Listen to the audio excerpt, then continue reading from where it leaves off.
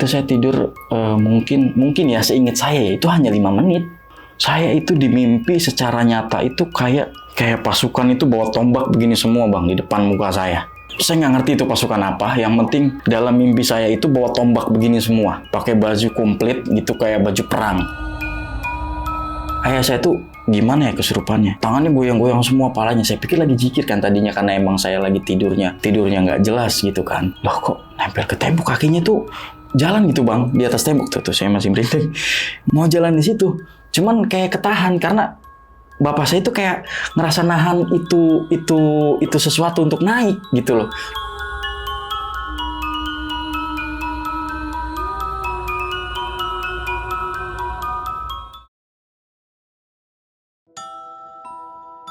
Assalamualaikum warahmatullahi wabarakatuh. Balik lagi di channel Kisah Tengah Malam bersama gue Viko Fugara. Seperti biasa, malam kali ini gue udah kedatangan narasumber lagi nih yang ingin berbagi kisah horornya ketika beliau dan sekeluarga dirawat di sebuah rumah sakit.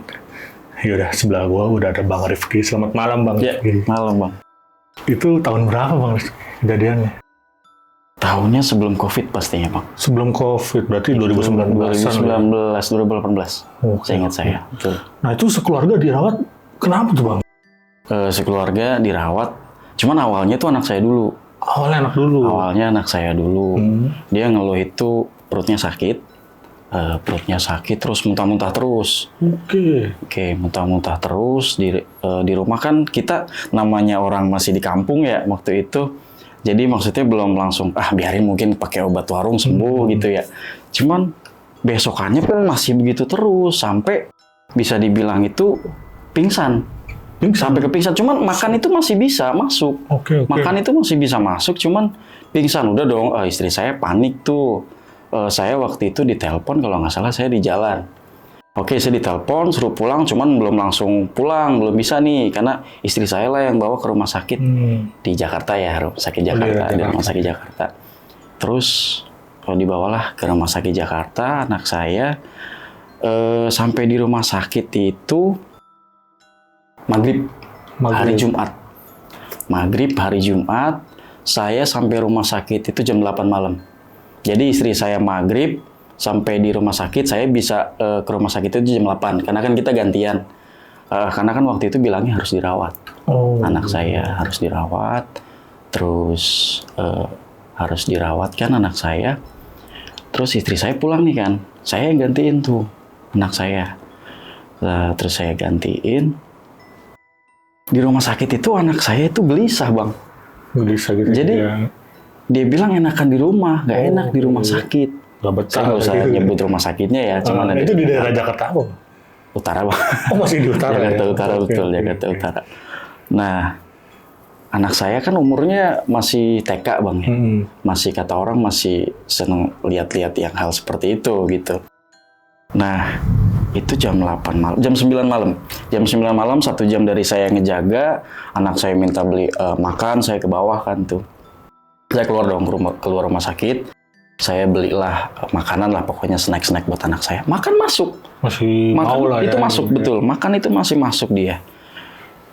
Jam 10 atau setengah 11, ada suster rawat ya, suster jaga ya, untuk ngecek ya. Nama anak saya kan Alia.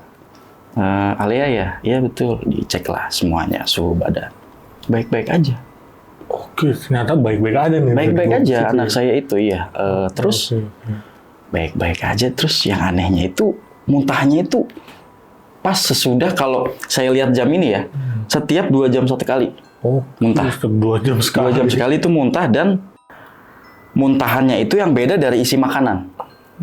Misalkan tadi nih kita beli makanannya kayak snack biskuit, muntahannya itu nasi, sementara nggak makan nasi anak saya. Waduh. Gitu loh. Aneh. Iya, makan nasi tapi. Iya, makan nasi itu mungkin siang gitu kan, pas sebelum dibawa ke rumah sakitnya.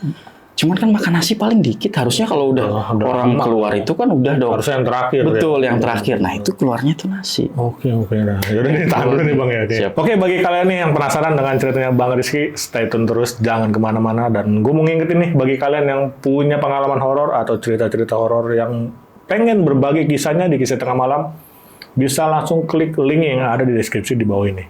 Dan satu lagi, gue mau ngingetin bagi kalian yang udah nonton tapi belum subscribe, klik tombol subscribe sekarang agar kita makin semangat memberikan asupan-asupan horor ke kalian. Oke, nggak usah lama-lama lagi. Kisah Tengah Malam dimulai.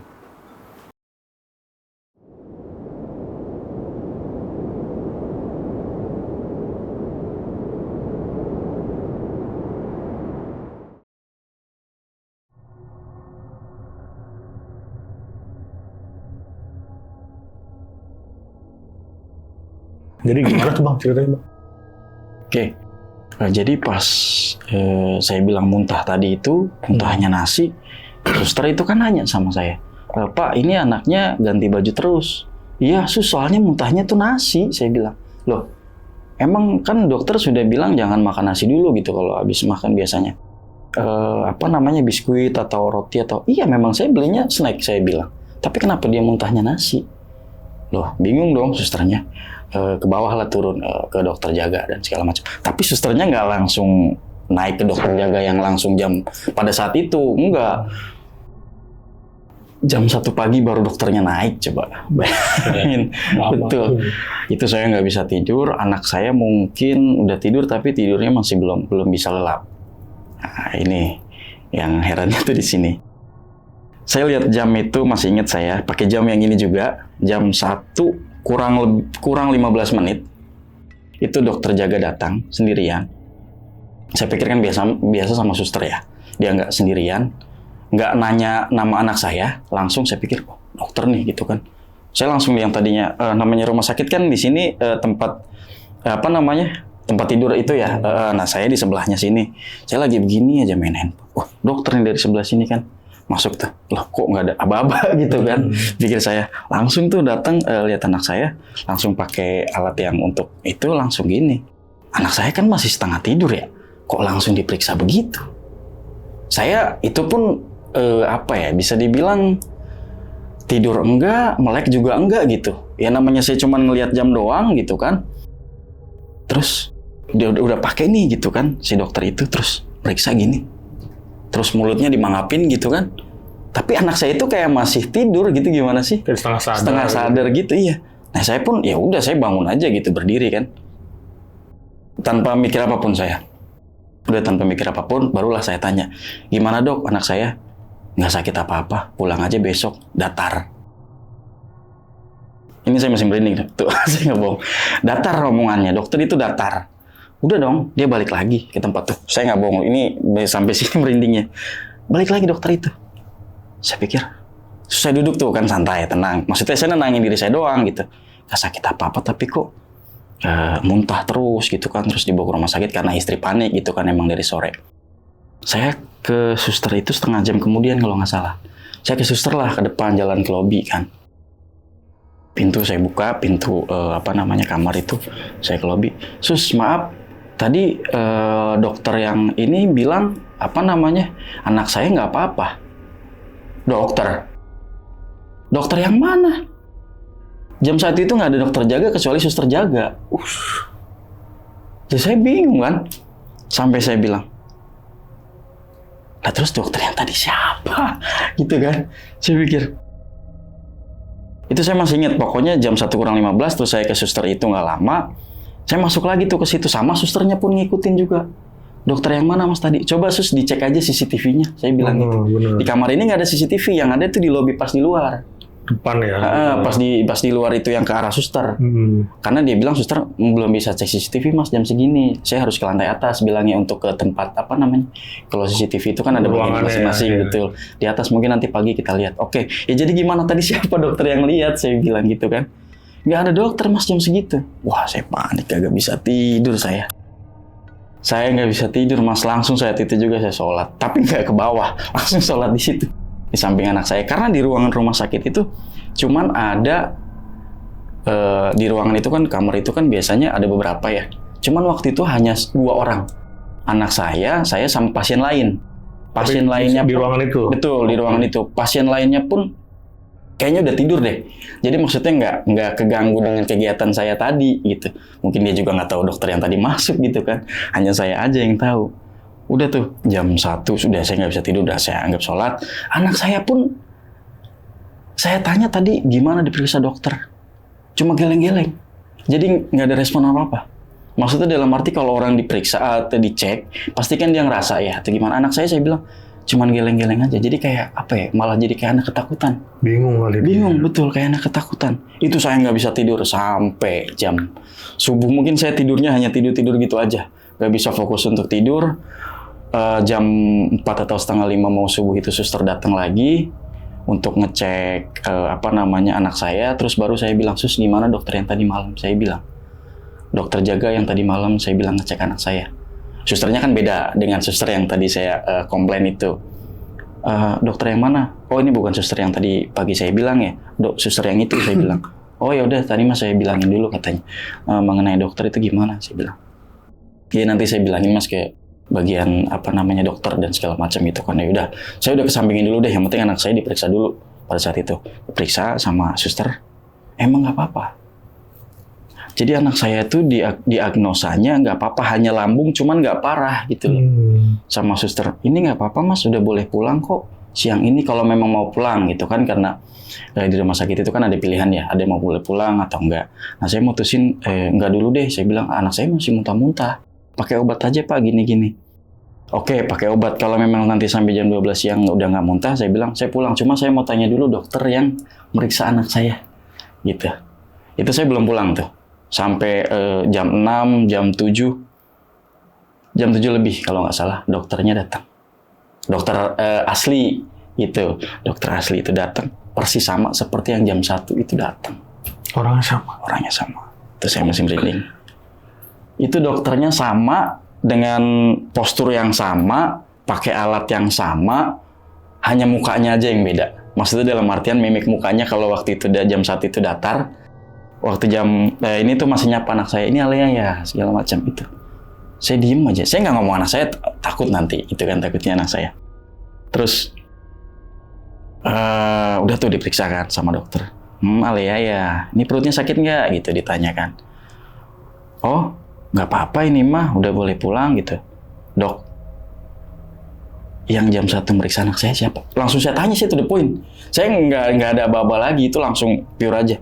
Maksudnya, jam 1 malam itu dokter kesini ngecek anak saya, bilang nggak apa-apa juga. Demi Tuhan saya nggak kesini jam 1 malam, saya jaga pagi. Dia ngomong tuh begitu? Itu begitu, dia ngomong demi Tuhan.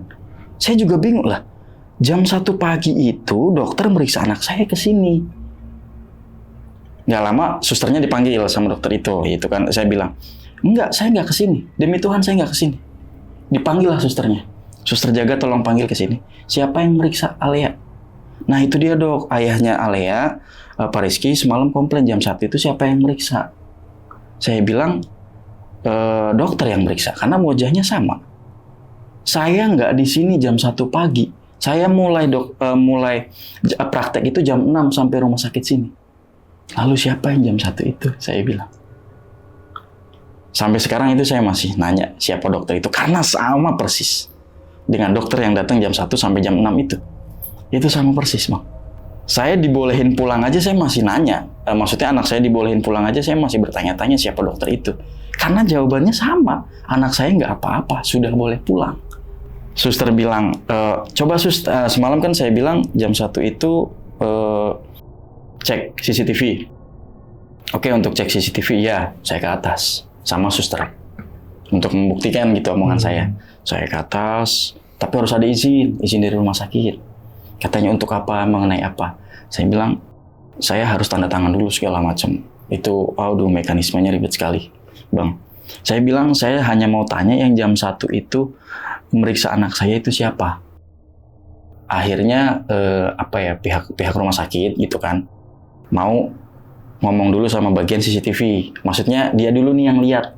Gitu katanya gitu, jangan saya, mas lihatnya nanti. Gitu, selesai itu. Loh kenapa ada yang ditutupin? Saya pikir seperti itu. Saya takutnya something nih gitu kan, ada sesuatu. Tapi udahlah, saya mikir udah biasa aja gitu kan. Ya udah, oke Pak, silahkan, saya setujui. Terus udahlah, setengah jam dari itu saya boleh masuk.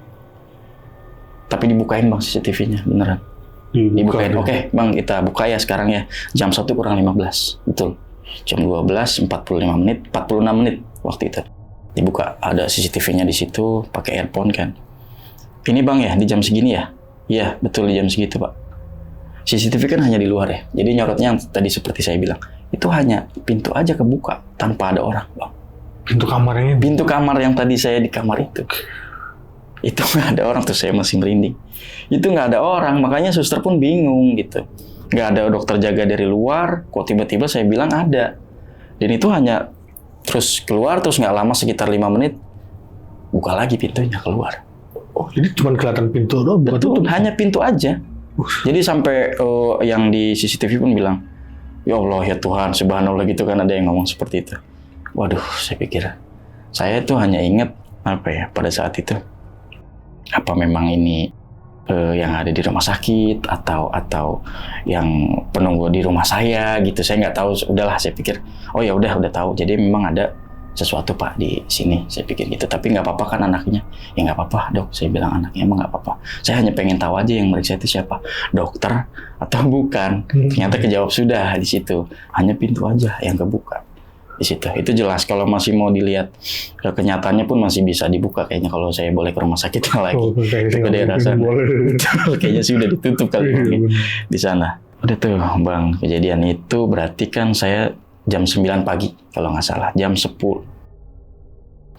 jam 11, jam 12 kan tadi saya bilang mutusin sama suster itu pengen anak saya pulang, karena kan udah gelisah anak saya pengen pulang terus, tapi saya masih nggak mau. Saya nggak tahu tuh, saya beneran nggak tahu. Biasanya kan kalau seorang ayah gitu ya, untuk ngebolehin anaknya pulang dari rumah sakit itu kan berarti senang, udah nggak apa-apa.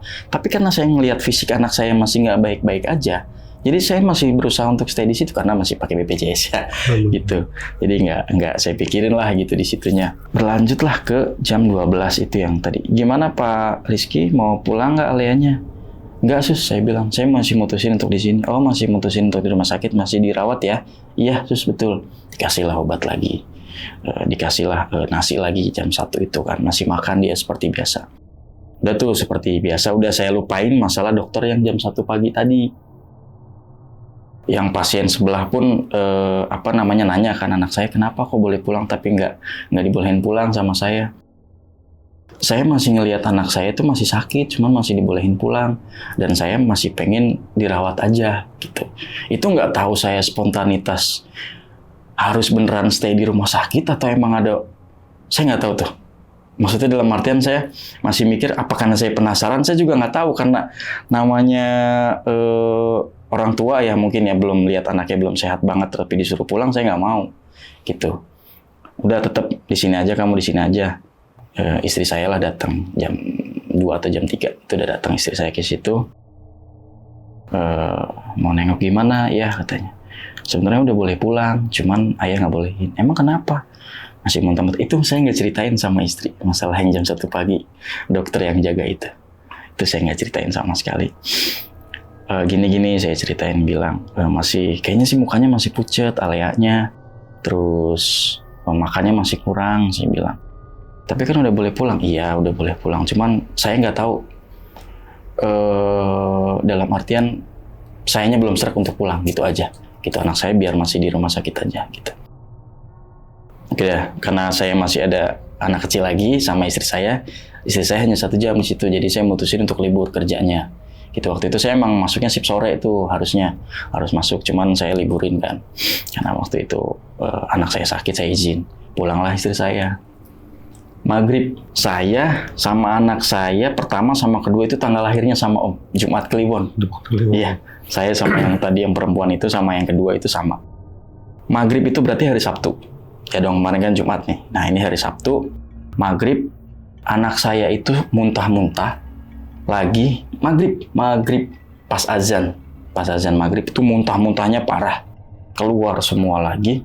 Sampai saya panggil suster karena saya ngelihatnya udah maksudnya nggak karuan gitu, sayanya nggak bisa biasa istri untuk yang muntah segala macam, karena saya nggak sanggup lihat. Sus, saya minta tolong sus, saya nggak ini lihatnya gitu anak saya. Oh ya udah iya Pak, ditolongin lah, tapi saya di luar. Udah dari muntah-muntah itu udah nih ditenangin anak saya, udah dikasih minum air hangat, dikasih teh. Setengah jam kemudian posisi gimana ya? Posisi di seperti ini tepatnya. Jadi anak saya tiduran di sini, saya duduknya di sebelah sini. Dia matanya tuh ke atas, Bang. Matanya ke atas aja. Nggak mau lihat. Kenapa? Saya bilang. kenapa? Alia kenapa? Ngomong sama ayah kenapa? Tetap geleng-geleng. Alia kenapa? Gitu. Jadi terpaku di situ doang, tapi nggak ngedip. 6:30 berarti. Maghrib lewat dikit. Sesudah yang tadi saya bilang muntah-muntah itu nggak ngedip sama sekali. Saya bilang, waduh, ini nih ada yang nggak beres lagi. Gitu kan saya mikirnya. Ini nggak ada yang nggak beres. Baru dia teriak, pocong ya, pocong di atas itu, dia lihat pocong. Saya ngeliat ke atas gini gitu, saya baca-baca doa yang saya bisa gitu kan, Bismillahirrahmanirrahim, gitu segala macem. Tetap nggak mau, itu mungkin durasinya ada sampai 2-3 menit, anak saya teriak pocong yang di atas, sampai yang di kamar-kamar sebelah itu sampai, kenapa pak, sampai pengen bangun gitu kan, dibacain segala macem anak saya sama yang di sebelah itu kan orang tua. Tetap nggak mempan bang, tetap nggak mempan. Akhirnya apa? Kalau nggak salah ada sajadah di sebelah di tempat yang tadi saya bilang, di tempat itu, terus dikepretin sama orang tua yang tadi saya bilang, di tempat yang anak saya lihat. Tuh saya masih merinding. Dikepretin tuh gitu, dikepretin berapa kali, baru tuh anak saya langsung diem, nangis bang, nangis, anak saya nangis. Ayah pulang, aku nggak mau di sini, meluk saya tuh kenceng. Wah saya bilang udah nggak beres nih. Terus bapak tadi bilang, Pak, mending pulang aja. Oh iya Pak, coba nanti kalau emang anak saya ini, saya bilang, saya pulang gitu. Iya Pak, kemarin juga udah disaranin untuk pulang, cuman nggak tahu sayanya belum serak untuk pulang. Saya bilang gitu kan, karena anak saya masih lemes nih, pikiran saya. Pak, rumah sakit ini tuh nggak beres. Dibilang sama bapak tadi.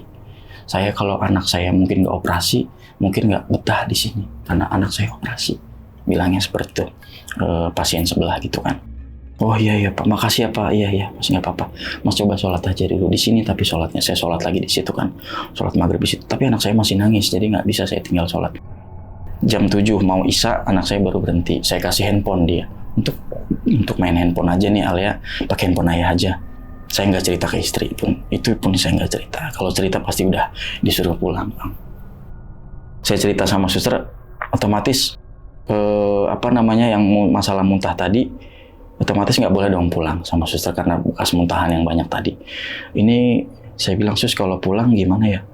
Waduh bapak kemarin waktu pulang nggak ini, sekarang waktu pulang udah nggak bisa karena kan tadi Alia juga habis muntah-muntah pak. Jadi kita backup dulu aja. Waduh, jadi saya sanksi kan kemarin yang harusnya pulang, jadi enggak. Oh ya udah deh, sus nggak apa-apa, makasih ya. Ya itu sampai spray kan diganti semua bang, spray diganti semua. Udah tuh agak tenang anak saya di jam 7 itu.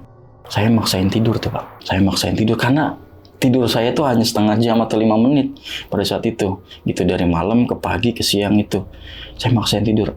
Kak, saya manggilnya kakak ya, kak ya. Kak, ayah tidur ya sebentar ya di sini. Ya tidur aja, dia sambil fokus main handphone kan, nggak fokus ke saya. Udah tuh, saya tidur tuh bang. Saya tidur, dalam hati saya nih ya, dalam hati saya tuh banget itu saya ngomong bang, ayolah setan yang di sini, mana lawan gua. Itu saya gituin. Maksudnya kasihan anak saya, gitu. Saya gituin tuh. Itu saya tidur mungkin ya seingat saya ya, itu hanya 5 menit. Saya itu di mimpi secara nyata itu kayak pasukan itu bawa tombak begini semua bang di depan muka saya. Pasukan apa nih? Saya nggak ngerti itu pasukan apa. Yang penting dalam mimpi saya itu bawa tombak begini semua, pakai baju komplit gitu kayak baju perang. Itu begini di muka saya. Ini mau ngapain? Cuman kan saya posisi itu nggak bisa ngapa-ngapain. Baca doa nggak bisa, bergerak nggak bisa. Tapi saya masih ingat. Dalam artian saya masih ingat itu saya pas ngomong nantangin. Saya bangun bang. Astagfirullahaladzim, saya bilang, saya bangun. Kak, jam berapa? Anak saya masih nonton handphone. Saya lihat jam 9 bang, 2 jam saya tidur. Dari jam 7 sampai jam 9, seingat saya 5 menit saya tidur. Habis dari situ badan saya lemes bang, nggak bisa ngapa-ngapain. Habis saya bilang saya nantangin itu. Saya langsung gimana ya, kalau bilang makan saya udah makan. Cuman saya jatuh di situ, bukan jatuh kayak gimana sih orang lemes, mungkin bangun tidur atau gimana ya, atau efek yang tadi saya bilang habis nantangin, saya nggak tahu. Saya langsung jatuh, terus duduk di bawah gitu kan. Astagfirullahaladzim, apa ini karena saya nantangin ya tadi ya gitu kan. Oh iya, saya mikir kayaknya iya deh yang saya nantangin tadi. Gak lama saya muntah-muntah sama bang, kayak anak saya. Saya muntah-muntah sama kayak anak saya. Muntah, Allahu Akbar, itu benar-benar Saya nggak bisa ngomong, itu mungkin baru saya pertama kali muntah-muntah rasanya begitu. Muntah-muntah rasanya itu keluar semua sampai isi kepala tuh puyeng kelayangan. Nggak bisa ngapa-ngapain, nggak inget apa-apa, langsung kayak keluar isi semua, isi perut keluar semua, terus langsung saya nggak inget apa-apa. Saya nggak inget apa-apa tadi, yang ditombak itu datang lagi ke mimpi saya, Bang. Yang bawa tombak tadi saya, yang pertama tadi itu datang lagi ke mimpi saya untuk kedua kalinya. Masukannya lebih banyak, Bang. Tuh saya masih merinding kalau saya cerita real tuh, Bang. Sorry, itu wujudnya kayak orang atau apa, Bang? Kalau saya wujudin itu nggak ada mukanya, Bang. Oke. Tapi tombaknya jelas depan muka saya. Itu lebih banyak koloninya, Bang. Dari yang pertama. Maksudnya dalam artian dia nggak ngomong sepatah kata pun. Cuma saya masih ingat. Karena mungkin saya nantangin. Jadi dia pun kayak mengiyakan. Gitu loh. Wih, datang semua nih, maksudnya dalam artian apa, saya nggak bisa ngapa-ngapain, nggak bisa bangun, nggak bisa ngapa-ngapain, badan saya kaku semua. Saya ingatnya itu udah bangun jam 1 pagi, udah di atas tempat tidur rumah sakit.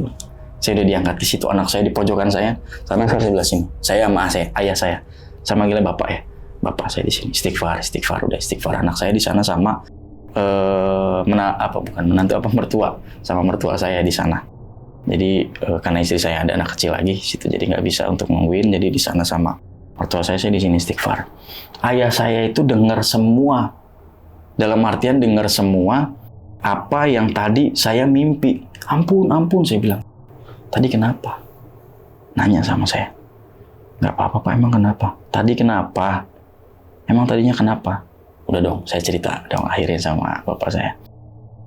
Nah, lihat tuh kemarin lihat pocong, Pak, di sini pojokan segala macam. Terus Rifki nantangin, ayolah keluar sini lawan saya bilang itu. Nah, nggak lama dari situ ngimpi.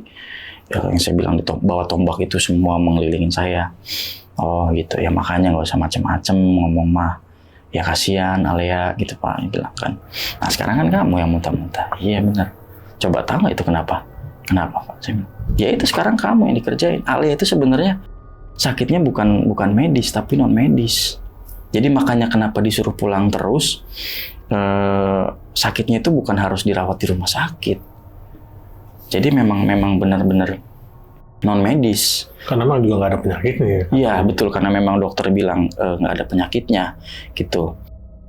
Ya saya kan nggak tahu mengenai hal itu gitu. Maksudnya kan ya tetap saya pikir anak saya sakit gitu, ya udah di rumah sakit aja gitu kan. Nah nggak lama saya kan yang muntah-muntah hal yang sama seperti anak saya. Anak saya itu kalau nggak salah karena saya nggak fokus ya waktu itu ke anak saya, besoknya udah pulang, Bang. Besoknya dia pulang, tapi saya masih di rumah sakit. Karena kan suster tahunya saya muntaber gitu, segala macam muntah berak-berak dan masih di rumah sakit itu. Karena masih di rumah sakit, udah tuh bapak saya aja yang di situ, Bang. Jadi gantian dong, tadinya anak saya, terus anak saya pulang, terus jadi saya digantilah, dijagainlah sama bapak saya. Gitu, karena bapak saya nilainya, melihatnya, ini bukan sakit biasa, tapi karena memang waktu itu saya muntahnya di rumah sakit, ya orang rumah sakit bilangnya udah dirawat aja di sini. Takutnya bapaknya kecapean kali atau masuk angin gitu. Oh ya udah, saya obat pun nggak saya minum, Bang. Yang di rumah sakit itu, obat pun nggak saya minum yang di rumah sakit itu. Jadi saya masih mikir yang nombak saya itu siapa? Gitu, maksudnya dalam artian di mimpi itu yang datang itu siapa? Gitu loh. Jam berapa berarti itu ya? Sekitar jam pagi berarti ya, ayah saya itu jagain saya. Di situ nggak tidur, ayah saya pun sama nggak tidur di situ. Semenjak dari kejadian yang saya bilang ditombak itu, saya tuh nggak bisa tidur, Bang. Saya nggak bisa tidur sama sekali. Ayah saya bilang ini udah ada yang nggak beres nih di rumah sakit ini, gitu kan. Terus sama, Bang, posisinya ngelihatnya sama seperti anak saya ngelihat pocong di situ. Saya tuh fokus pandangan itu ke situ. Di tempat yang sama ke situ arahnya. Cuma saya dilihatinnya itu udah bukan pocong lagi, Bang. Semua setan yang di rumah sakit, Bang, saya dilihatinnya, Bang. Tuh, saya merindingnya semua, Bang. Jadi ibaratnya itu yang mau ngerjain saya bilang nantangin, ayo kerjain saya bilang. Itu udah ayo gitu loh. Lu siapa? Gitu, Bang. Saya bilang, Waduh, itu jelas bang begini nih, berderet. Yang darah di muka, yang sebelah sini pocong. Gimana sih? Mata saya tuh nggak kedip bang nilainya, lihatnya ke arah situ. Dan keadaan mata terbuka, saya nggak bisa ngucap dan nggak bisa gerak badan di pembaringan, di tempat tidur itu. Begini aja, kayak orang stroke. Nggak bisa, bismillah, dalam hati pun nggak bisa. Jadi saya benar-benar dilihatin itu. Karena saya bilang saya nantang itu bang. Di situ muncul semuanya, saya udah coba bismillah, itu nggak bisa sama sekali bang. Itu keadaan mata terbuka, saya masih ingat. Sadar lah ya. Sadar, itu saya sadar bang. Cuman ya dilihatin semua gitu loh. Saya sampai sekarang masih ingat bang. Masih ingat rasanya, masih ingat wujudnya, masih ingat. Kadang kalau saya lagi ke rumah sakit aja saya bisa dibilang trauma. Saya masih trauma ke rumah sakit itu. Jadi saya kadang kalau ke kantor nih atau ke tempat kerja, fokus di tempat yang kayak gitu tuh saya udah hampir nggak bisa lihat lagi bang. Karena udah ngeri banget pandangan saya pada saat itu. Itu durasinya ada 5 menit mungkin bang. Dilihatin saya situ, nggak lama hilang. Saya ditepokin, diapain aja sama ayah saya itu, sama bapak saya, nggak bangun-bangun bang saya. Katanya ya, karena kan saya nggak sadar. Udah durasi 5 menit, saya terfokus di satu titik, itu ditepokin, diapain aja, kalau bahasa Jawanya diraupin pakai air wudhu, tetap nggak bangun bang saya. Tetap nggak bangun. Terus terakhirnya pokoknya dalam 5 menit itu atau berapa menit, kata bapak saya itu hilang. Saya maksudnya langsung begini. Langsung kayak orang ngap-ngapan. Saya ngap-ngapan tuh, napas langsung. Karena shock ya dari situ ya, saya langsung istighfar, astagfirullah, langsung dibaca lah sama bapak saya. Langsung dibacain ayat segala macam, udah tuh saya tenang bang di situ. Masih terngiang-ngiang di situ, sosoknya itu muter-muter di kepala saya bang. Sosoknya tuh muter. Yang paling teringat ya orang bawa tombak itu bang. Ada dia? Bukan ada lagi tuh di kepala saya, kayak ngikutin bang. Itu kayak ngikutin di kepala saya itu. Jadi kalau yang lain itu tadi saya dilihatin semua. Justru yang paling yang terngiang di kepala saya yang itu. Yang bawa tombaknya itu. Kurang lebih ngelilingin badan saya mungkin ada 50 orang. Itu koloni yang pertama. Kalau koloni yang kedua mungkin bisa dibilang 1000 orang ada kali bang. Jadi saya di tempat kecil banget. Saya itu di tempat kecil banget, saya ngerasanya ya gelap. Ya itu semua koloninya itu saya masih ingat banget nih, saya sampai sekarang. Saya masih ingat banget begini semua. Tanpa ngomong sepatah kata pun, saya takutnya luar biasa pada saat itu. Itu yang sampai sekarang ini, sampai ke bawah-bawah saya. Kadang ke sekitar ya. Saya keseharian juga kadang kalau orang bawa misalkan film nih yang ada tombak aja langsung saya skip bang. Saking ngedropnya saya di situ, film yang mengenai tentang perang dan segala macam yang bawa tombak saya skip. Makasih, saya nggak mau lihat lagi karena langsung terngiang tuh bang. Itu tanpa muka, tanpa apapun. Saya nggak tahu dia marah atau enggak. Pokoknya nodonginnya begini tuh semua. Di arah kepala tuh begini semua. Badan semua bang. Lanjut dari kejadian itu gini bang. Orang sebelah itu kan nyaranin, ini bukan penyakit pak. Bapak saya juga bilang, iya, ini bukan penyakit medis. Karena kan anak saya juga kan waktu itu sempat ditolongin sama bapak sebelah, bilangnya kan. Terus sampai sayanya juga di rumah sakit ini. Di rumah sakit ini tuh udah bukan rumah sakit yang aman, dibilang. Maksudnya dalam artian banyak banget gitu isinya di rumah sakit ini. Terus ayah saya juga bilang, iya, orang di kolong kamu aja suster ngesot isinya. Bapak saya bilang begitu bang. Cuman ya nggak maksudnya nggak frontal langsung ngomong, suster ngesot nih, enggak. Gitu kan langsung ngomong, astagfirullahaladzim, saya bilang, mah iya pak, iya, udah kamu mah diem di sini, ntar kalau emang dokter udah bilang pulang. Bapak saya ngomong gitu. Oh ya udah pak ya, saya masih makan kan seperti biasa. Malam itu saya nggak bisa tidur, ayah saya masih tetap sholat gitu kan dan segala macam. Sempat ada saudara tuh yang nengokin saya. Adiknya bapak saya, om ya berarti ya. Adiknya bapak saya itu jenguk jam 8 malam kalau nggak salah. Ya jam 8 malam tuh jenguk bang. Saya bilang, terus om saya bilang, emang di sini ada setan? Langsung diceletukin begitu ke saya. Emang kenapa om? Waduh, kacau rumah sakit ini mah kacau. kamu mending pulang deh Ki. Emang kenapa Om? Om tuh banyak temen dirawat di sini, semuanya itu pulang dalam keadaan belum sehat. Karena saking banyaknya penunggu yang ada di rumah sakit itu. Jadi maksudnya orang itu belum sehat, dipaksa sehat gara-gara lihat penunggu yang ada di rumah sakit itu Bang. Gitu loh. Dipaksa pulang, udah lu pulang aja rumah sakit ini, lu nggak bakal sehat karena lu banyak lihat setan yang ada di rumah sakit, malah tambah stres lu. Bilangnya gitu. Emang iya Om? Iya.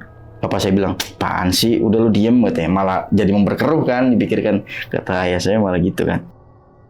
Udah lu diem aja, sono di luar Har katanya kan. Panggilannya Harso. Ya udah iya Bang, kayak gitu kan nama ayah saya. Saya masih teringat gitu kan kata Om saya gitu. Pak emang bener juga sih.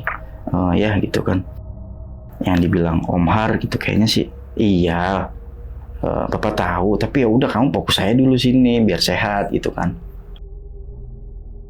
Saya malam itu emang belum boleh pulang gitu kan, saya masih di rumah sakit itu, saya masih mikir, saya masih banyakin istighfar lah gitu, pokoknya masih terngiang tuh Bang, yang orang bawa tombak itu, masih terngiang.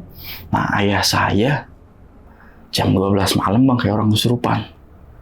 Saya mikirnya nggak kesurupan, Bang nggak kesurupan karena udah orang tua gitu, saya pikir kan apa kecapean, kejang apa gimana gitu.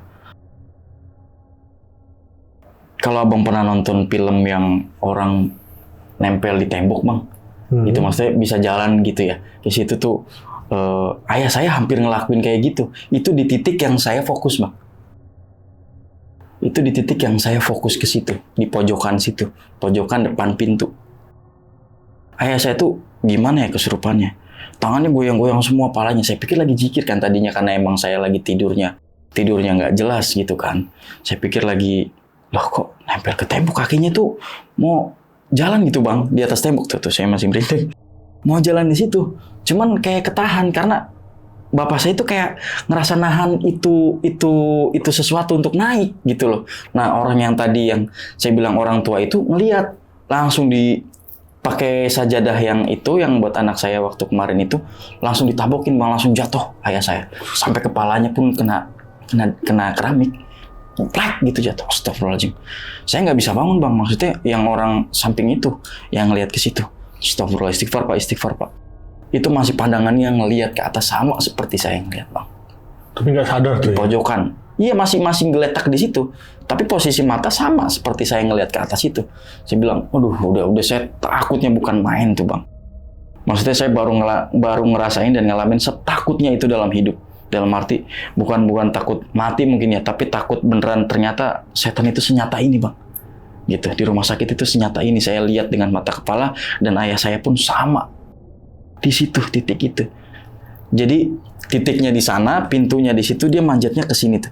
1, 2 langkah, ketiga langkahnya langsung kalau mungkin nggak diberhentiin sama yang tadi saya bilang mungkin udah naik Bang ke atas.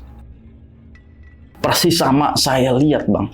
Itu 1, 2, 3 langkahnya itu sama Bang. Langsung diberhentiin, langsung istighfar, langsung dibacain apapun, tapi tetap sama. Fokus pandangannya sesep ke atas, ke situ, ke arahnya. Ke arah situ, nggak berhenti. Durasinya itu lebih lama dari saya Bang. Lebih lama dari saya Bang. Bisa 5, 10 menit pun masih nggak sadar. Dipanggil lah semua sama suster. Orang itu teriak-teriak. Saya pun ikut sama suster gitu kan. Satpam gitu yang ada dijaga di luar. Langsung dipanggil baru. Kenapa Pak? Udah bawa aja dulu sus, orang yang pasien tadi nggak langsung ngomong kenapa gitu, udah bawa dulu, angkat dulu ke sini katanya, ke bangku gitu kan. Ini kenapa bapaknya kecapean kali segala macam. Ngomong, saya juga nggak ngomong kan sama susternya. Enggak Pak, udah taruh aja dulu di situ ayah saya. Itu posisi udah nggak lihat yang di situ ya, udah nggak lihat yang melotot itu ayah saya, bapak saya yang ke arah sana. Karena kan saya mikir, Allah kasihan bapak gua gitu kan. Harus kenapa ngelihat lagi sama kayak gua gitu. Saya mikir dalam hati apa emang karena gua yang nantangin ini ya. Jadi semua kena. Sama Bang, muntah bokap saya. Karena kan kalau kata orang kalau habis kena kayak gitu langsung muntah ya ke fisik ya segala macamnya. Muntah sama Bang. Harus dipakein kursi roda lah karena nggak ada kasur di situ, nggak ada tempat gitu buat tidur ayah saya. Ditaruhlah di kursi roda. Muntah-muntahnya sama kayak saya Bang. Saya nggak berani lihat. Pokoknya muntah-muntahnya sama. Saya sempat mual juga kan ngelihat gitu kan. Udah tuh bang, dari arah situ bapak yang tadi ini baik bang. Dia nelponin ke orang yang paham gitu. Ntar ya saya teleponin nih ke orang, nggak tahu lah pokoknya siapa, diteleponin lah.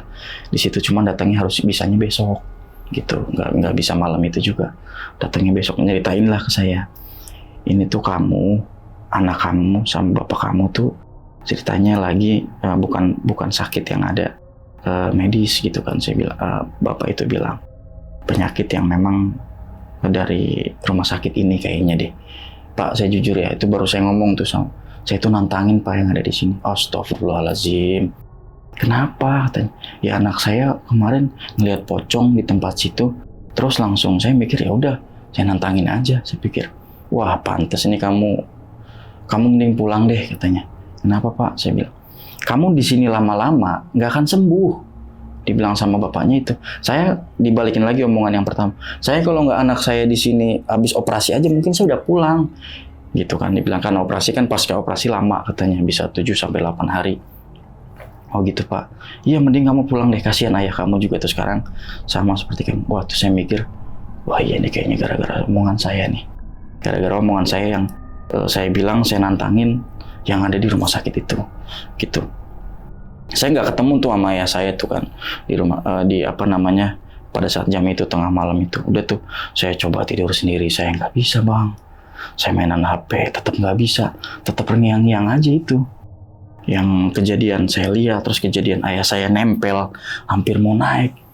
Udah kata bapak situ akhirnya nenangin bang, jadi dibuka tirainya. Kan biasa kan muter gitu ya tirai kelambunya dibuka. Udah bapak di sini deh katanya. Ternyata saya lihat bang, anaknya itu cowok yang tadi saya bilang bekas operasi, kakinya buntung, jadi masih belum sadar. Anak saya tuh, mas katanya, astagfirullah kenapa Pak? Habis tabrakan dari motor katanya, jadi masih belum siuman sampai sekarang. Ini udah 6 harinya saya di sini. Ya Allah Pak, maaf ya Pak, kalau saya berisik di sini. Ya nggak apa-apa. Nah masih belum siuman bang anaknya. Ternyata segini bang, buntung. Seusia saya lah, masih 33-35an gitu. Ya udah bapak di sini deh. Maksudnya takut kejadian apa lagi gitu kan. Bapaknya tuh bukan tidur di tengah-tengah di situ. Posisinya saya di sana, anaknya di sebelah sini, bapaknya tuh di sini.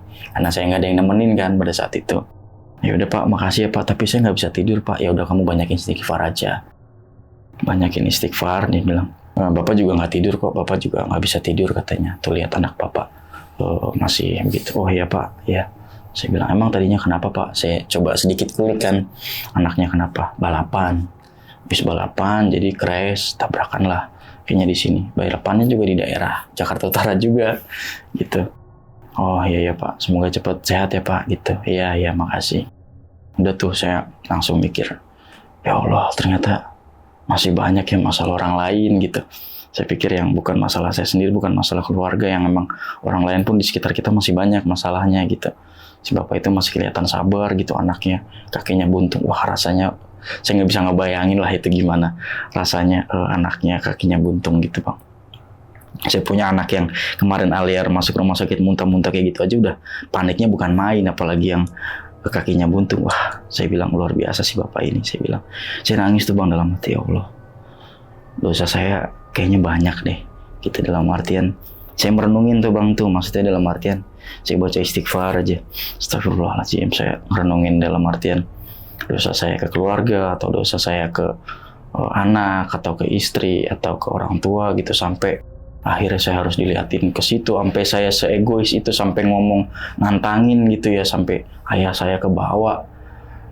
Aduh, saya pikir tetap nggak bisa tidur bang. Saya di istighfarin, dibaca sholawatin, saya jadi air mata tuh nangis sendiri di sini. Gitu loh, saya ingat perjuangannya gitu kan, terus saya ingat anak saya gitu. Udah tuh saya masih di tempat yang sama, di tempat tidur di situ, saya masih mikir. Udah tuh saya merenungi kesalahan tuh, dalam artian gue goblok ini gitu ya, ngomong sampai nantangin setan gitu kan. Cuman kan kita kan manusia yang sempurna ya, masa sih takut sama setan gitu, masa sih kalah gitu kan sama setan. Karena saya waktu itu mikirnya gitu aja, saya belum pernah diliatin gitu, terus sampainya sekalinya diliatin sefrontal ini, se ekstrim ini gitu loh di rumah sakit itu. Dan ternyata ya memang yang seperti dibilang om saya kemarin itu di rumah sakit ini, orang itu terpaksa pulang bukan karena sembuh, tapi karena saking banyaknya penampakan yang diliatin di rumah sakit itu, Bang. Nggak betah ya? Nggak betah di situ, betul. Dia terpaksa pulang. Jadi saya di situ mikir tuh yang ke arah situ tadi saya bilang, oh berarti ini yang dibilang si om nih. Gitu, orang ini pasien ini nggak betah karena dipaksa pulang dalam keadaan banyak yang ngeliatin di rumah sakit itu. Itu rumah sakit Utara itu bisa dibilang paling lama sih, Bang. Rumah sakit lama. Rumah sakit lama, betul, rumah sakit lama terima pasien BPJS kok gitu. Tetap saya nggak bisa tidur, Bang. Sampai jam 3 saya coba pejamin mata begini doang. Bapak itu hanya mainan handphone aja begini. Main game gitu sambil. Terus ngeliatin saya gini, kenapa kamu? Enggak, Pak. Nggak apa-apa katanya. Kalau nangis-nangis aja. Seolah tahu. Mungkin orang tahu tua gitu feeling ya. Saya, iya Pak, saya lagi ini aja saya bilang. Introspeksi saya bilang gitu. Iya, emang harus begitu. Karena kalau Bapak lihat emang kamu banyak salah. Iya mungkin Pak, betul-betul. Jadi gue tuh Bang ya, saya cerita lagi di sini. Khusus nih cerita di sini. Saya itu di luar tuh banyak membuat kesalahan yang mungkin yang bisa dibilang ngomongnya tuh terlalu sombong gitu ya, entah itu ke anak saya, ke diri saya, atau ke orang tua saya. Jadi mungkin impactnya ke situ arahnya gitu. Makanya kamu banyak-banyak sholat, banyak-banyak istighfar. Bapak itu bilangnya seperti itu. Seolah Bapak itu tahu semua beban yang saya alamin gitu kan. Iya Pak, insya Allah saya sekarang mulai rubah dari sekarang. Ya bagus. Sabar itu sulit, bisa dibilang. Bapak itu bilang sabar itu sulit. Bilang sesulit-sulitnya yaitu kesulitan yang paling sulit itu adalah sabar.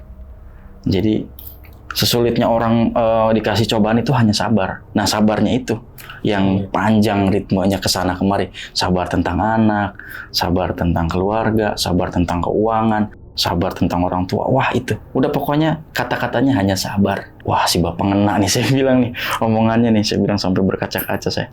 Oh iya benar. Ternyata yang paling sulit itu bukan masalah yang lainnya, cuman kita ngontrol sabar itu yang nggak bisa. Manusia itu paling susah itu ngontrol sabar, Bang. Ternyata bukan ngontrol keuangan, bukan ngontrol nafsu, ngontrol sabar. Lu bisa sabar nggak? Sabar tentang apa? Ya itu ngontrol nafsu. Ya itu lu bisa sabar nggak ngontrol keuangan? Lu bisa sabar nggak ngontrol anak-anak marah? Wah iya bener. Poinnya ternyata kata sabar. Gitu. Soalnya saya tipe kalau orang yang nggak sabaran. Bisa dibilang saya di jalan macet dikit aja klaksonnya udah bukan main gitu, kayak apaan kan. Sementara orang masih bisa senyum dan segala macam di masalah mereka. Kok gue hanya dengan macet gitu udah nggak sesabar itu. Nah saya dikasih cobaan yang mungkin anak saya lihat setan yang ada di situ, saya bilang saya langsung nantangin. Berarti kan saya nggak sabaran orangnya. Langsung saya tantangin. Mungkin kalau pada saat itu saya nggak nantangin, mungkin beda ceritanya. Saya nggak tepar, saya nggak tiduran di rumah sakit itu, gitu kan. Nah sekarang saya pikir ayah saya di rumah sakit ini loh, sama gitu. Tepar gitu di rumah sakit ini. Udah, bapak yang tadi tuh pasien sebelah bilang, saya udah teleponin ke teman saya, besok dia kesini datang pagi untuk coba, orang bilang tuh ruqyah sedikit lah katanya. Waduh Pak, makasih banyak Pak. Saya bilang saya nggak bisa, udah nggak apa-apa. Bapak itu seolah tahu gitu Bang. Yang saya lihat, yang saya rasain di rumah sakit itu. Karena dia udah 6 hari di situ. Sementara kamar itu kosong, Bapak itu bilang banyak Bang yang dilihat. Bukan hanya saya, mungkin kalau orang lain udah nggak kuat kayak Bapak itu masih kuat gitu. Gimana enggak dia sama sekali nggak ada teman yang diajak ngobrol, anaknya belum siuman, diem aja gitu. Dan masih sanggup gitu loh. Saya udah nggak kehitung. Di sini lihatnya. Samping saya ada yang tiduran pocong. Coba bayangin. Di samping saya ada yang tiduran perempuan. Saya biarin. Karena percuma kita. Saya bacain surat-surat juga. Setan bisa baca surat. Jin itu bisa. Bilangnya seperti itu. Ya udah biarin aja. Dia nggak ganggu, biarin aja masih di situ. Saya masih biarin aja. Sabar. Ya itu kontrol sabarnya yang susah. Karena anak saya kan nggak ngapa-ngapain, saya juga nggak ngapa-ngapain. Ya udah biarin aja katanya gitu. Udah Pak, makasih banyak. Saya nggak bisa tidur pokoknya itu nggak bisa tidur. Mungkin tidur bisa dihitung waktu sejam atau setengah jam. Datanglah istri saya, jengukin terus saya, kenapa? Bapak katanya, nggak tahu malam mau nanjak di sono katanya. Alia itu udah bisa diajak bang ke rumah sakit, anak saya. Anak saya udah bisa diajak ke rumah sakit, udah sehat. Udah bisa sehat, udah bisa jengukin saya, anak saya. Karena itu ceritanya ternyata di rumah disembuhin sama mertua. Jadi memang bukan medis, non medis lah di sana. Ini tua mau kesini, mau ngapain? Saya bilang mau dibacain katanya gitu. Nah sama tuh dengan bapak yang tadi, metodenya bilangnya ruqyah juga. Oh sama, yang kenalin, saya manggil istri saya yang bapak ini yang semalam nolongin bapak. Oh ya makasih pak, gitu kan dikenalin juga. Nggak lama sama, datangnya pun berselang mungkin beda 5 atau 10 menit dengan yang tadi saya bilang, istri saya bilang matua sama orang yang diminta datang. Pertama jenguk anaknya dulu gitu kan, terus kayak dibacain juga bang anaknya. Jadi jin yang setan yang dilihat itu sama bapak itu yang pocong tiduran, terus ada cewek yang tiduran bareng anaknya, itu dibacain semua di situ pokoknya di ruangan itu bang. Nah habis itu giliran saya lah sama ayah saya di ruangan sebelah bang. Jadi bukan di tempat saya, kamar saya ini, tapi di sebelah sini, di ruangan sebelah. Di ruangan sebelah pun sama, dalam artian cuman tiga kasur bilangnya. Istri saya bilang cuma 3 kasur, sama seperti ini katanya. Pojok sini, sana, sama begini. Gitu, posisinya cuma 3. Nah yaudah, bapak saya disuruh ke sini tuh, dibacain lah. Sama yang pertama yang diminta bapak itu dulu, ya kan, yang bapak yang matua itu belum datang. Selang 10 menit baru datang. Dibacain lah tuh bang. Wah, itu pengalaman saya bener-bener paling paling pahit dalam hidup. Dalam artian maksudnya pahit itu, saya diliatin semua itu di dalam kepala. Ternyata orang di ruqyah itu rasanya gitu bang. Nangis, kita beneran nangis. Muntah, kita beneran muntah.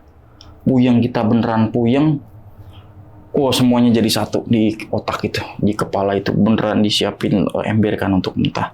Segala macam. Di situ muntah, tapi masih inget tuh. Jadi kayak yang saya lihat itu muter-muter gitu. Yang bawa tombak terus yang setan saya lihat full di situ tuh muter-muter di situ. Dia nggak teriak, nggak apa, cuman muter-muter di kepala. Jadi kayak saya mau muntahin, itu dia kayak saya ingetnya itu yang bawa tombak itu jatuh gitu loh. Terus setan yang kedua pocong dan segala macam. Pokoknya setiap saya muntah itu saya ingetnya di kepala nih, kayak misalkan jatuh. Nah ini pocong gitu, ini jatuh nih. Durasinya pun beda-beda. Saya panjang banget tuh muntahnya itu yang bawa tombak gitu.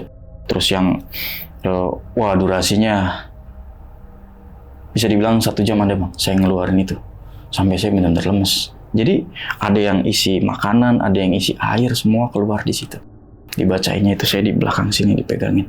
Nah terus dibacain tuh bang, saya masih ingat banget, kurang lebih 1 jam dibacainnya itu. Keluar semua lah. Udah tuh langsung saya lemes-lemesnya. Ya saya pun sama lemes-lemesnya. Nggak bisa ngomong dulu tuh saya tuh, udah tuh lemes aja begini. Oh ternyata gini rasanya di ruqyah gitu kan. Sempet yang setan terakhir yang bawa tombak itu masih ada di kepala tuh. Maksudnya yang udah saya buang tuh saya ngerasa ngebuang, tapi dia masih di kepala bang di sini. Kayak masih nggak terima gitu loh. Kayak masih nggak terima dengan apa yang saya ucapin, saya nantangin gitu kan. Tapi kan itu dibantu keluar sama orang yang emang udah ahli di bidangnya gitu, di ruqyah dan segala macam. Nah nggak lama Maitua datang tuh, mertua saya, ibunya mertua saya datang.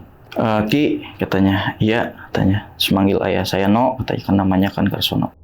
Ya katanya. Ini nanti kamu sampai rumah, katanya, baju yang dipakai itu dibuang. Baju yang saya pakai itu harus dibuang bang. Karena itu katanya masih ada efek negatifnya di rumah sakit itu. Oh iya, itu dibuang katanya. Oh iya, sama yang orang yang ustadz yang tadi saya bilang itu juga, iya ini dibuang aja mas. Yang dari sini jangan dipakai, jangan dibawa ke rumah. Kalau bisa dari sini kalau mau pulang mampir dulu ke penginapan atau kemana, atau ke mall atau kemana gitu, ganti dulu bajunya, baju yang baru. Jangan baju yang ini tuh harus dibuang. Itu masih efek negatifnya katanya masih ada di situ, di rumah sakit itu. Nah jadi saya yang dibilang orang ternyata rumah sakit itu angker, ternyata beneran saya ngalamin sendiri gitu loh. Ternyata rumah sakit itu segini angkernya ya gitu loh.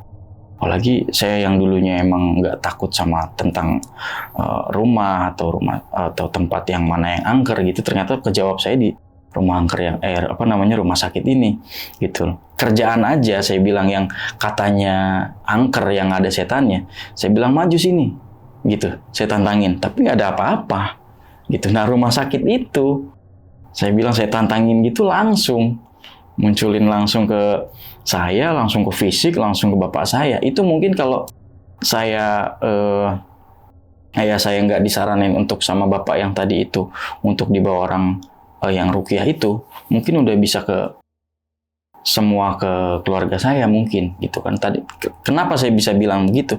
Karena mama saya tuh ngerasain bang. Di rumah itu ngerasain, maksudnya dalam arti ngerasain kalau ada yang nggak beres sama kita gitu loh, bukan tentang penyakit medis, tapi tentang penyakit yang di luar gitu. Ternyata yang saya alamin itu bukan dari rumah sakit bang, ternyata. Jadi dari luar dulu itu saya emang dikenal yang tadi saya bilang saya orangnya sombong dan segala macam. Saya ngomong itu seomong-omongan lah gitu, sebacot-bacot lah bisa dibilang kayak gitu, nggak ada takutnya gitu sama orang. Saya kencing aja bilang nggak numpang kencing di tempat angker gitu kan. Jadi ya itu mungkin saya impact-nya langsung ke rumah sakit itu yang emang energinya banyak negatifnya di rumah sakit itu gitu loh, pure langsung ke semuanya ke situ. Karena kenapa saya bilang begitu? Pas saya di jam itu udah selesai semua itu, saya bilang saya ngimpi.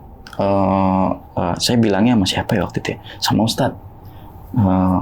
Pak Ustadz, tapi saya ngimpi nih pada saat saya ketemu, saya ditombak orang itu, saya ngimpinya itu udah ditombak, terus ngelihat pandangan ke atas, itu langsung jatuh begini. Maksudnya dalam artian, set ke situ terus langsung jatuh begini. Itu berarti pada saat saya masih jagain anak saya. Yang jam dokter itu, yang dokter anak saya itu jam 1 pagi itu bang. Itu saya ini boleh ceritain nggak? Boleh ya, boleh ceritain ya. Itu saya nemuin ada nih, saya bawa. Apa tuh? Ada sesuatu, boleh saya keluarin di sini? Oh boleh. Boleh ya? Boleh.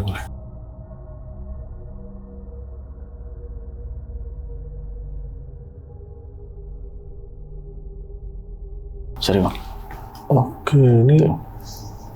Batu ya? Nggak tahu saya, itu nggak tahu batu, nggak tahu apa. Tapi ini ada ininya, air atau? Enggak, itu emang bekas minyak wangi, jadi saya masukin di situ. Iya, jadi waktu saya pas lagi apa bahasanya ya, lihat itu, terus emang nggak ngomong ke siapapun nih tentang ini nih katanya. Nah, ini bang nih. Jadi kayak batu gitu, atau ini kalau dipegang lembek atau keras? Keras bang. Keras betul. Mau dibuka? Oh udah Saya masukin sini sengaja tuh. Keras bang, betul. Kayak batu, cuman kayak telur cicak gitu loh. Iya, yang saya lihat ke situ, terus saya langsung ke bawah, itu langsung saya ambil. Cuman ini tuh saya nggak inget.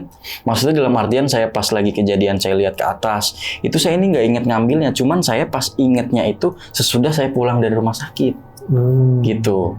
Oh iya saya inget. Saya kan lagi itu gue ngambil apa ya? Nah saya naruh tuh di tas ini. Jadi cuman ininya doang nih. Saya naruh pluk aja gitu. Karena pas saya yang dokter jam 1 itu datang, terus saya bilang itu apa namanya? Saya ngerasa itu bukan dokter, nah itu saya mungut bang di situ. Tapi itu saya masih nggak inget ya, maksudnya dalam ingatan saya itu nggak saya ceritakan dan itu nggak saya inget pada saat saya langsung lihat yang saya nantangin itu. Nah ini belum sadar lah ya. Belum sadar betul. Ini pun nggak saya kasih tahu ke siapa-siapa. Ke ustadznya enggak, ke bapak saya enggak. Sampai sekarang? Sampai sekarang, betul. Sampai sekarang saya nggak ngomong ke siapapun. Baru ini saya ngomong. Karena kenapa bang? Saya jujur ya, kita fair di sini. Saya kalau lihat ini, itu pandangan yang orang Tombak itu ngilang. Itu ngilang sama sekali. Saya nggak tahu, wallahi saya nggak tahu. Itu bagaimana ceritanya. Pokoknya saya dapat ini pun saya lupa. Tapi saya masih ingat di rumah sakit itu. Gitu. Pas udah pulang baru ingat. Pas udah pulang baru ingat, betul. Ini saya masukin ke tas, hanya batu, gitu kan saya ingat. Nah saya ingatnya itu batu, unik nih batu cakep gitu kan, merah. Udah saya masukin ke tas, nggak ada apa-apa. Nah besoknya baru saya ingat. Bukan besoknya, pokoknya selang dari rumah sakit lah. Saya baru ingat kalau saya nemu batu. Terus saya masukin lah ke sini gitu, ke botol minyak wangi. Ini emang udah habis minyak wangi saya ini. Masih minyak wangi saya ini minyak wangi biasa kok. Bukan minyak wangi apa-apa. Ini saya masukin ke sini. Ini nggak ada saya cerita ke siapapun. Nah kalau saya nggak tahu lah ini apa gitu, masih saya simpan sampai sekarang. Cuman kalau saya bilang saya kemana pasti saya bawa, karena saya kerja kan saya bawa tas ini. Itu ini posisinya ada di sini. Gitu. Boleh buka aja. Oh, boleh dibuka tapi ya? Siap. Kelihatan sih kayak cairan gitu. Oh, iya benar. Siap boleh. Ditanganin boleh kali ya? Boleh. Tangan lu aja biar dia nyamperin. Nggak apa-apa nyamperin gua. Ada panjang. Keluarin aja. Boleh. Tah. Oke, jadi kayak batu deh. Iya. Tuh, tapi dalamnya tuh hitam bang. Tuh. Iya. Ah, tuh. Ini kayak ada titik gini. Ya, mungkin kalau penonton lihat nih, nggak kelihatan dari kamera nih. Di sini. Di sini ya. Belum, tapi di sini. Ya udah tergampang lah di ini, mungkin kelihatan dia tuh kayak batu, cuman dalamnya ini kayak titik. Titik atau goresan nih. Titik sih ya kayaknya. Ya, iya dalam titik batunya. Gitu. Dan batunya kan kayak telur cicak kan ya? Betul ya, iya. Kalau kata kita kayak apa sih? Kayak tetesan darah beku. Bisa. Maksudnya kayak darah, iya, netes. Betul. Saya malah nggak mikir ke sana. Jadi kayak atasnya agak kuncup, bawahnya betul, iya. Jadi kayak kalau digambarin tuh kayak tetesan darah merah. Bulir. Wah, iya, bulir betul. Cuman emang unik sih ini, dibilang batu apa juga bingung juga ya bentuknya begini. Gitu. Kalau abang bilang darah mau saya buang justru. Kayak darah beku ya, bukan darah ya.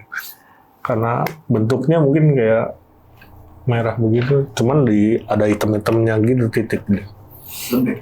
Keras kayak batu, cuman bingung bentuknya begitu, batu apa. Oke. Lanjut. Paling itu sih bang, yang pengalaman yang udah saya berbagi paling ya. Untuk kita sama manusia paling perbanyak sabar sih biar nggak kejadian seperti apa yang saya alami gitu aja sih. Kalau ngomong juga jangan macem-macem lah udah gitu, apalagi di tempat-tempat yang memang bisa dibilang banyak orang negatifnya gitu mungkin kalau orang bilang, apalagi rumah sakit kan. Bener, waduh pokoknya jangan deh. Buat saya pribadi itu benar-benar kajian dan pelajaran yang amat berharga lah gitu, apalagi masih sayang keluarga kan, anak, orang tua dan segala macam. Itu aja sih bang, dari saya. Nah jadi ini ibarat kata mungkin emang rumah sakitnya serem ya bang ya? Iya. Karena udah terkenal ya mungkin. Saya baca artikel rumah sakit itu paling banyak bang. Ternyata yang memang di fakta di lapangannya memang benar rumah sakit itu. Berarti itu anak itu waktu masuk situ pertama kali ya berapa hari total itu? Anak itu berarti cuma 1 hari 1 malam. 1 hari 1 malam. Betul. Ya? Dan itu berkelanjutan abang yang masuk? Saya sama ayah. Betul. Dan maksudnya anaknya belum sempat pulang kan berarti kan? Belum. Si abang pas sakit, anak masih di situ. Betul, ya? Masih di situ. Nyambung berarti. Nyambung situ. Oke. Karena ya itu seperti saya bilang. Ternyata sakitnya anak itu ya karena omongan saya juga mungkin ke orang lain yang nggak enak gitu. Jadi adalah nyerang katanya gitu ya. Ke fisik anak gitu. Jadi bukan ke saya tapi ke anak gitu bang. Jadi memang pada saat itu bukan di rumah sakit tapi disembuhinnya di rumah lewat ruqyah, lewat ngaji gitu, lewat kasih santunan anak yatim gitu bilangnya. Tapi anak abang ini berarti sempat di ruqyah pas sudah pulang. Sempat apa? Di ruqyah juga. Iya betul, betul di ruqyah. Karena kan yang langsung saya itu kan memang diminta pulang. Anak saya karena emang nggak sanggup lihat pocong dan segala macam gitu. Oke. Berarti emang anaknya ini yang diomong itu yang penampakan ini pocong aja yang kelihatan Iya, ya. betul. Dia nggak mau nyebut kayak ada yang lain. Enggak. Karena kan ketakutan terbesar saya justru kan itu, karena dia ngelihatnya hampir fokus di situ lama, terus lihatnya pocong terus nggak berhenti kedip gitu. Udah, langsung lah saya lontarkan kata-kata yang saya bilang nantangin itu, gitu. Nah, berarti emang posisinya emang melek dia, melotot Betul, gitu. melek bang, melek, betul. Dan posisi abang itu pas ngelihat, kan abang juga ngeliat nih pas lagi sakit ya. Bapaknya abang ini mau nyadarin abang juga kan? Iya. Dan dia bilang abang sadar lah gitu ya, dalam iya, posisi sadar. betul.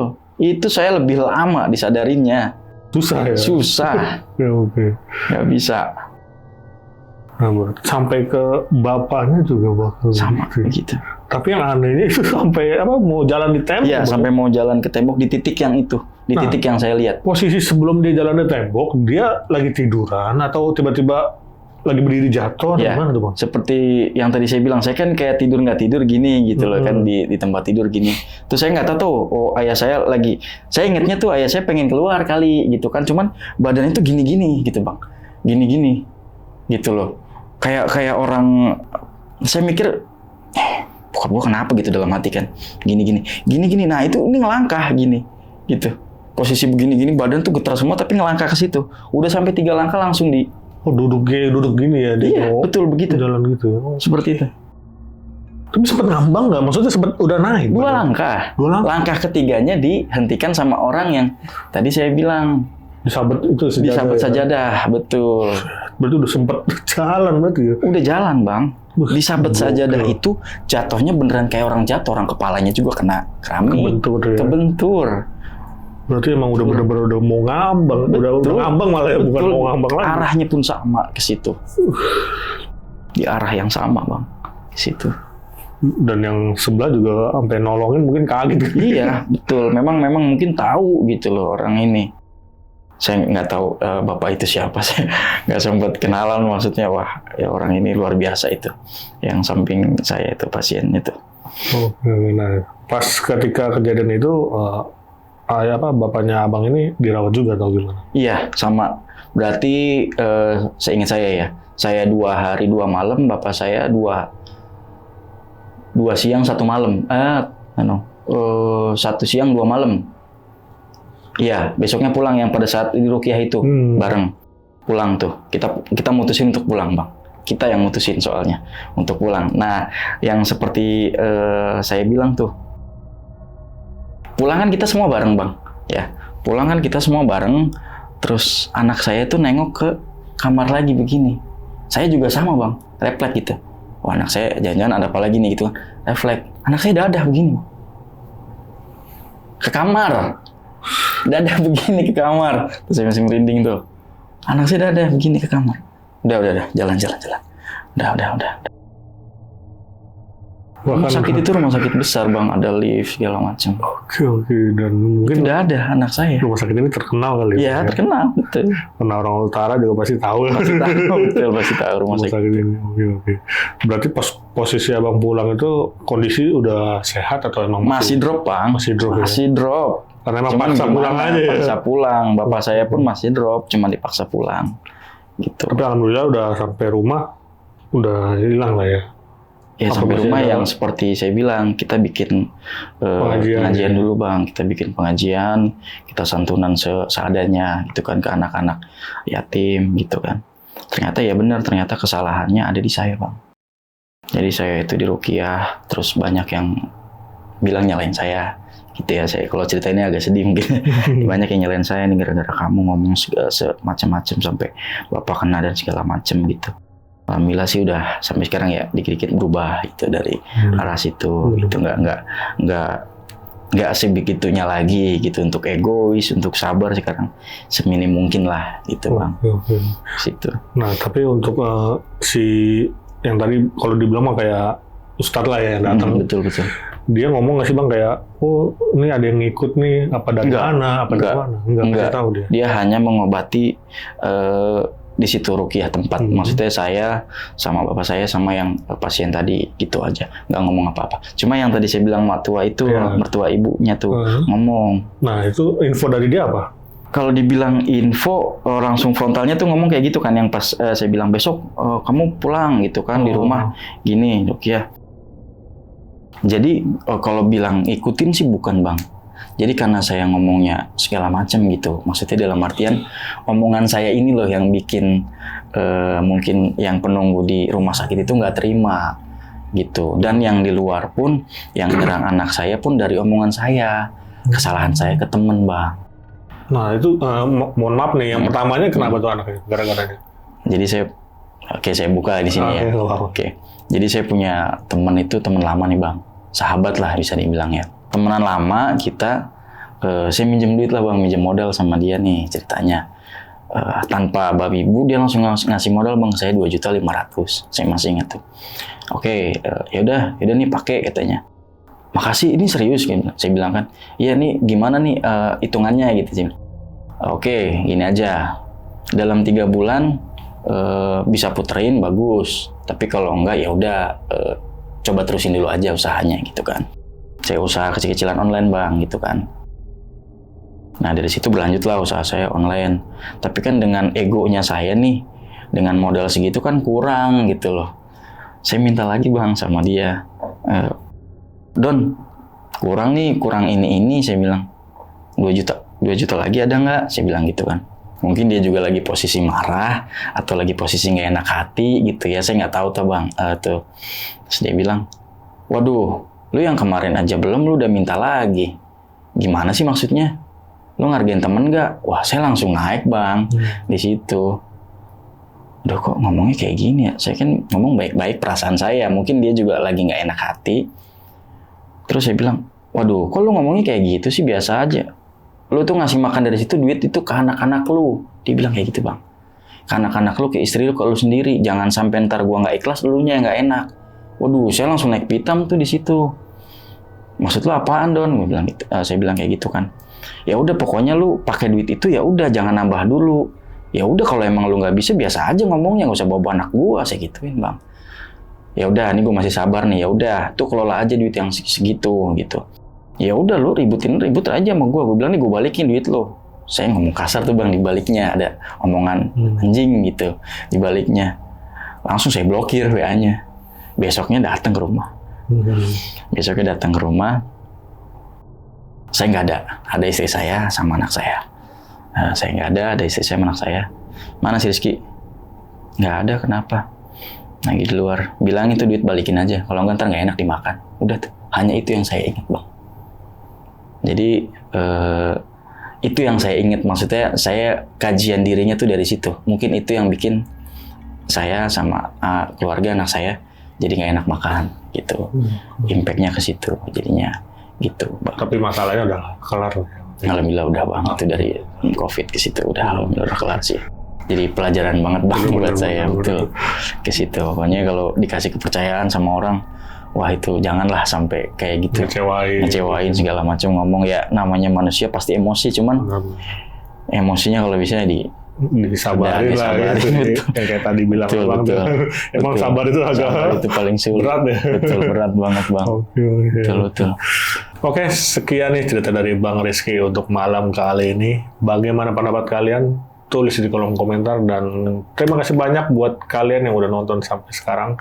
Dan gue mau ngingetin lagi nih bagi kalian yang nonton tapi belum subscribe, klik tombol subscribe sekarang agar kita makin semangat memberikan asupan-asupan horor ke kalian. Yaudah, terima kasih banyak nih Bang Rizky. Siap, Abang. Udah berbagi kisahnya di Kisah Tengah Malam, dan segitu dulu. Gua Viko pamit undur diri. Wassalamualaikum warahmatullahi wabarakatuh. Waalaikumsalam.